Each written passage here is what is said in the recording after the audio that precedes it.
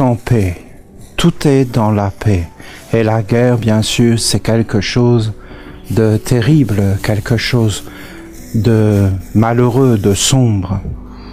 L'archange Michael a dit, plus de guerre, c'est quelque chose de fondamental. Et c'est un art de vivre, ce n'est pas facile à faire, mais c'est quelque chose vers lequel on doit tendre. La paix, c'est quelque chose de fondamental. Même la paix à l'intérieur, mais la paix partout. La paix dans tous les mondes. La paix, c'est le sommet de la science. À quoi ça nous sert la science si on n'a pas la paix? À quoi ça sert l'éducation si on n'est pas capable de vivre dans la paix, dans l'harmonie, dans la beauté? À quoi ça sert la culture si c'est la guerre, la confusion partout? Alors c'est un échec. En fin de compte, la paix, c'est une victoire de l'humanité, de la nature, de Dieu. Et la guerre, c'est une défaite. C'est toujours une défaite à quelque niveau que ce soit. La guerre amène le malheur, la désolation, l'enfermement, et toute la dépravation, et la paix amène tout le bonheur. La science, c'est la paix. Le dialogue, c'est la paix. La réconciliation, l'intelligence. Le gouvernement de la paix, c'est un gouvernement de l'intelligence. Un gouvernement de la guerre, c'est une stupidité. C'est un mari violent à la maison.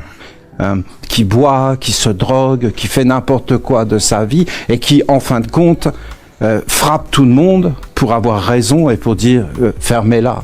Et c'est toujours les faibles. Un gouvernement avec une puissante armée est un gouvernement d'alcooliques et de débiles mentaux. Et un gouvernement avec l'intelligence, l'éducation, le dialogue, l'amour, le respect, alors c'est un gouvernement de bonté, d'intelligence, de culture. Vous savez, on plaque des mots culture, on plaque des choses, mais c'est que des plaquages. C'est que de la façade, mais derrière tout est faux. Alors c'est le règne du mensonge. Ça ne peut pas être la paix. Ça ne peut pas être l'harmonie. La paix, c'est la vérité. C'est d'être vrai. D'ailleurs, la vérité est toujours quelque chose de l'intelligence. Et le mensonge vient tout le temps quand on a peur. Si les enfants deviennent des menteurs, c'est parce qu'en réalité, on leur fait peur. Et on leur met une énorme pression sur eux. Et si on ne leur fait pas peur, eh bien, quand quelqu'un n'a pas peur, c'est qu'il est dans un environnement sain. Alors il n'a pas besoin de mentir. Pourquoi? Mais parce qu'on va l'aimer tel qu'il est. Il n'a pas à se cacher.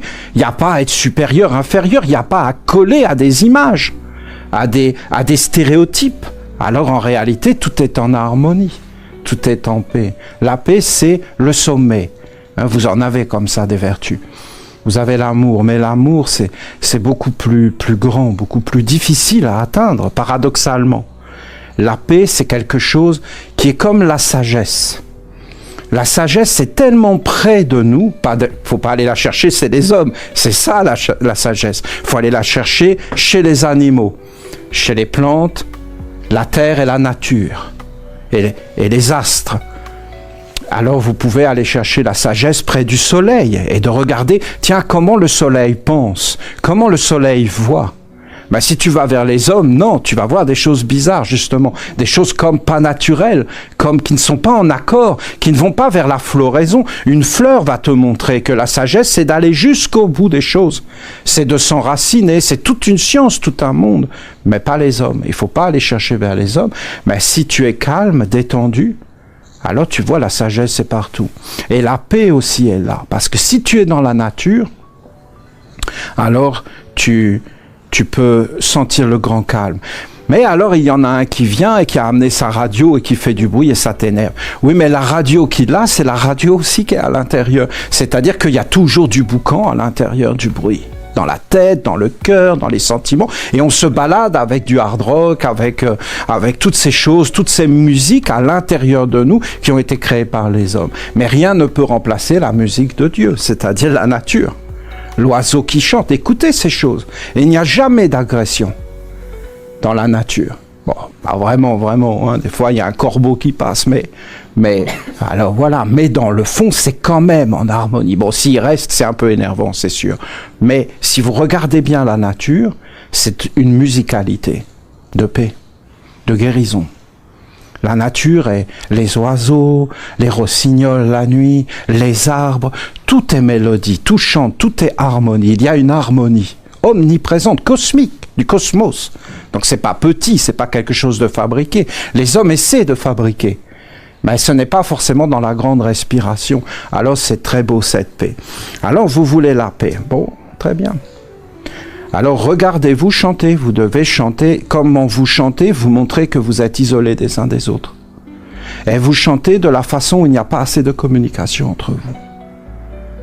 Vous êtes sur la réserve, mais en réalité, vous devez être ensemble. Si vous voulez la paix c'est d'être soi dans l'ensemble. Et la guerre, c'est d'être dans une illusion de soi. Je ne sais pas qui je suis.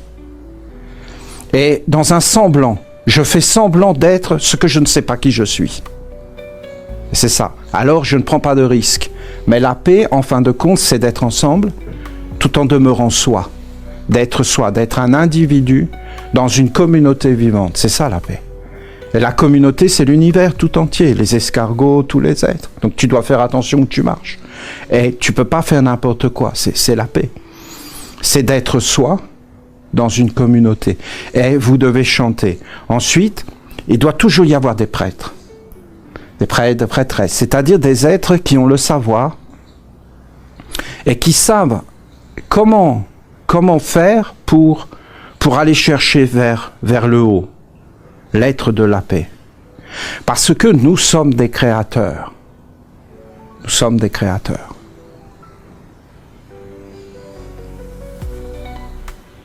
Vous voulez travailler pour la paix?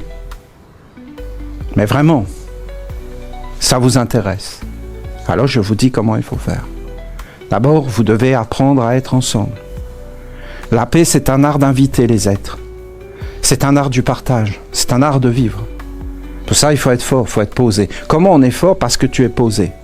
Si tu n'es pas posé, si tu n'es pas avec la mer, si tu n'es pas clair, tu n'es pas fort. Tu dois être clair dans ta vie, toi. Ça ne regarde pas les autres, c'est toi. Tu dois être clair, toi. Et clair veut dire posé. Tu dois être posé dans ta vie. Parce que tu ne pourras jamais être en paix si tu n'es pas en déséquilibre. Regardez l'oiseau qui chante dehors. Il fait sûrement une conférence mieux que la mienne. Mais lui, il est posé. Posé. Il sait qui il est. Il ne se pose pas de questions. Il n'a pas envie de devenir un éléphant. Il sait qui il est, il sait ce qu'il a à faire. Il est posé, il est indestructible. Il est là et tu ne peux pas le changer. Après, bien sûr, il y a toujours des êtres négatifs, mais dans la réalité, tu ne peux pas le changer. Et en fin de compte, il chante. Alors, on doit être posé et on doit être ensemble. Et ensuite, il doit y avoir des prêtres. Parce que la paix ne nous appartient pas. Nous ne pouvons pas engendrer la paix. La paix, elle est. La paix est divine. Dieu, il est. Il est lui. Il est éternel, immortel, sans évolution, parfait. Soyez parfaits comme le Père est parfait. C'est la perfection. Il est la perfection. Alors, on ne peut pas inventer Dieu. On ne peut pas modifier Dieu. Dieu est, dans tous les cas de figure, la perfection de tout. Tout ce qui est perfection, c'est lui. Tout ce qui est jusqu'au but, c'est lui, à l'aboutissement. La paix, c'est lui. La paix ne peut pas s'inventer. On ne peut pas fabriquer la paix. On peut l'appeler et être en harmonie avec elle. C'est-à-dire lui donner les conditions de venir et de s'installer. Mais pour ça, uniquement des prêtres peuvent faire une chose pareille. Des prêtres, des prêtresses, c'est-à-dire des scientifiques, des êtres éduqués, des êtres qui savent ce que c'est que la paix, où aller la chercher, comment l'amener.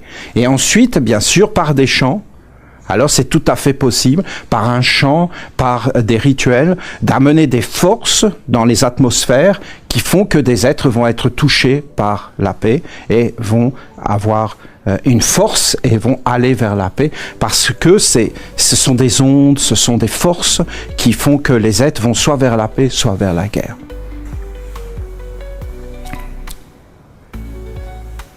Alors dans cette statue que nous voulons faire apparaître comme une grande magie, effectivement la paix est la bienvenue comme l'ange de la paix. Alors c'est tout un idéal. Alors on doit comprendre la constitution de l'homme, on doit comprendre la constitution de l'univers, comment fonctionnent les choses, le savoir. On doit comprendre les choses. C'est comme un gâteau. C'est comme faire la cuisine. C'est une question d'ingrédients. Vous avez le psaume de l'archange Raphaël, une question de dosage. Rien n'est négatif, mais tout doit être dans les bons dosages. Dans les bons dosages. Et des ingrédients. C'est cela. La paix et la vie dans l'harmonie. La connaissance.